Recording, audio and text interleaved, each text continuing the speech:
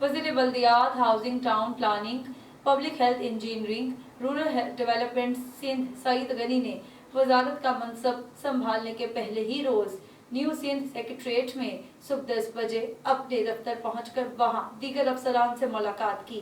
इस हवाले से मजीद तफसीलात जानते हैं कराची से हमारे नुमाइंदे जावेद महमूद आलाई से। जी जावेद, क्या तफसीलात हैं आपके पास, बताइएगा।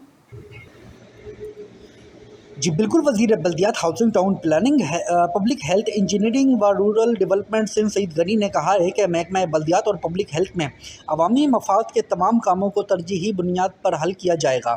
आइंदा 1 से 2 रोज़ में महकमा बल्दियात के मातहत तमाम महकमों का इजलास तलब करके अफसरान से तफसीली ब्रीफिंग के बाद आइंदा के लाए अमल तय किया जाएगा। इन ख्यालात का इजहार उन्होंने अपनी वजारत का मनसब संभालने के पहले ही रोज़ न्यू सिंध सेक्रेटरीट में सुबह 10 बजे अपने दफ्तर पहुंचकर वहां अफसरान से मुलाकात के दौरान किया।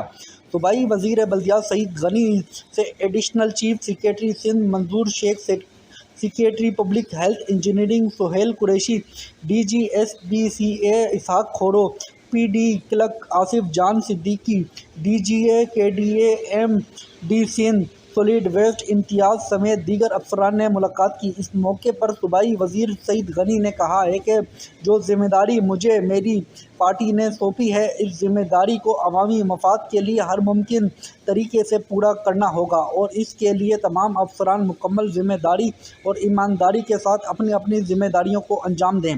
सईद गनी ने कहा है कि जो कि अब इंतखाबात मुकम्मल होने के बाद वफाकी और सूबाई हुकूमतें मुकम्मल तौर पर अपनी अपनी जिम्मेदारियां संभाल चुकी हैं और अब हमारा ये फ़र्ज़ बनता है कि हम आवाम से किए गए वादों को पूरा करें। सईद गनी ने एडिशनल चीफ सेक्रेटरी और तमाम महकमों के अफसरान को हिदायत दी कि वो अपने अपने महकमों की तफसीली रिपोर्ट मरतब करें और आइंदा 2 रोज़ में तमाम बल्दियाती महकमों की तफसीली ब्रीफिंग ली जाएगी।